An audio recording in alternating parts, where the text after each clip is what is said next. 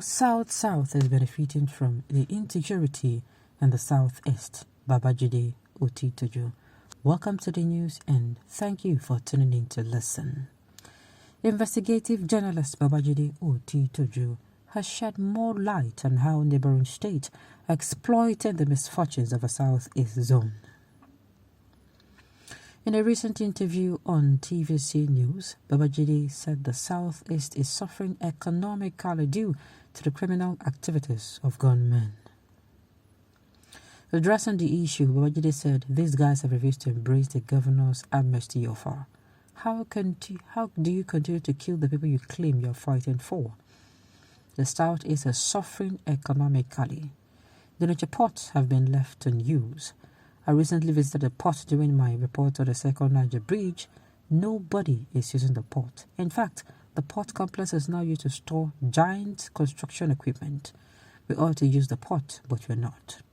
People now send their containers to neighboring states in the south. Southeasterners often open their containers on Mondays to begin the week. However, people are now forced to sit at their houses on Mondays. As they send their containers to neighboring states where sit at home is not enforced.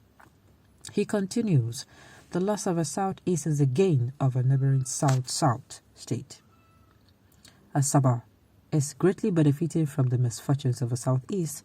Some people working in Onitsha, but have chosen to raise their children in Asaba. The price of land in Asaba has become expensive because more people are relocating from an unsafe state like Anambra to Asaba. Asaba is close to Onitsha, but there's a huge difference in the aspect of security between both areas. Neighboring states are exploiting the misfortune of a southeast while the zone suffers. This has to stop.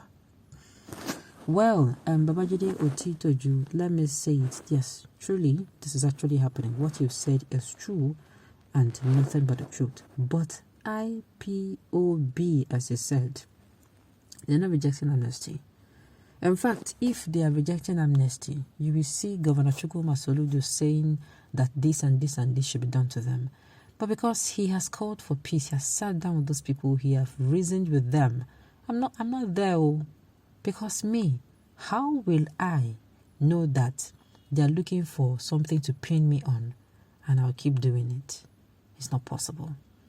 We all know how the federal government is working hard to ensure that the United Nations, they call this people a terrorist organization. That is their dream. That United Nations today will say, oh, IPOB, all their offices should be shut down. They are now a terrorist organization. People should be on the lookout for them. That is what they want. How do you expect these people to give Nigeria that pleasure? Come on. It's not possible. It's not. That is why whenever things happen, I've said, okay, fine. Let me use another scenario of I have a house. That is the only house I have that I can call my own. Then I come and set it on fire. For what gain? I still say it is certainly not possible. You have said it all, but our ignorant, brainwashed and lazy youth will continue to reason otherwise because of the foolish ways of reasoning. But one day, everybody will realize and understand the damage we are causing to ourselves out of stupidity, ignorance, brainwashed and foolishness.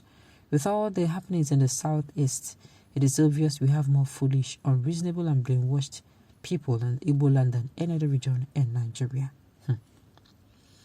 Well, let me say this. So I think just this week, yes, we heard that Asaba was attacked. A place in Asaba was attacked and sit at home was enforced. So, Babajide Otitoju, this thing where they talk about Asaba, we gave some gas for there, unfortunately. It's not a good thing, but unfortunately, I read a particular news article. I was like, so these people finally got to Asaba. Okay.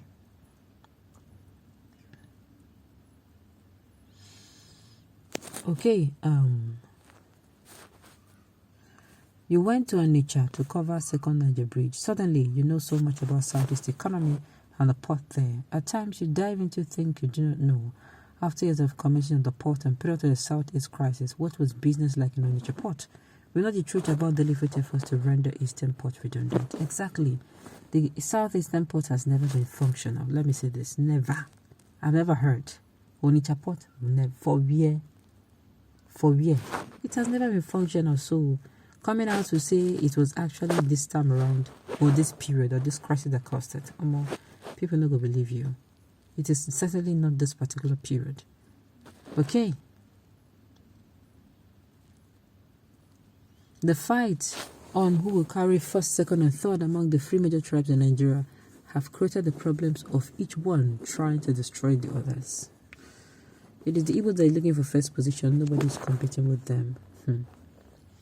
Yorubas are cunning and crafty. Has Onitsha inland port ever been used before? Exactly what I'm saying.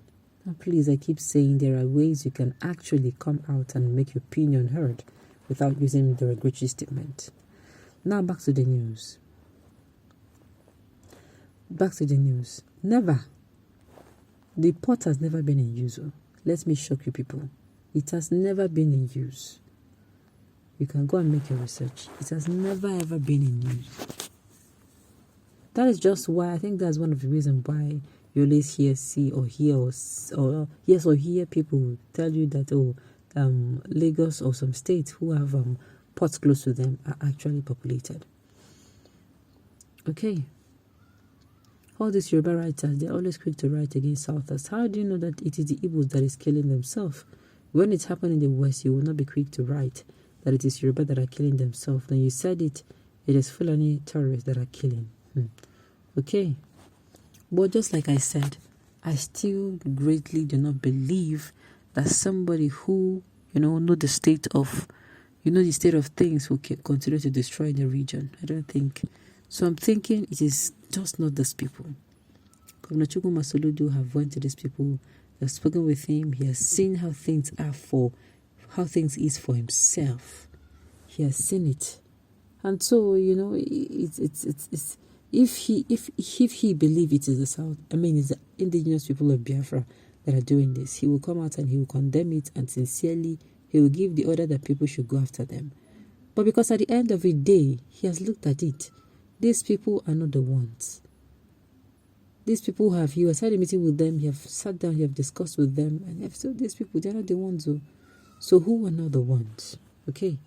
Who are the ones?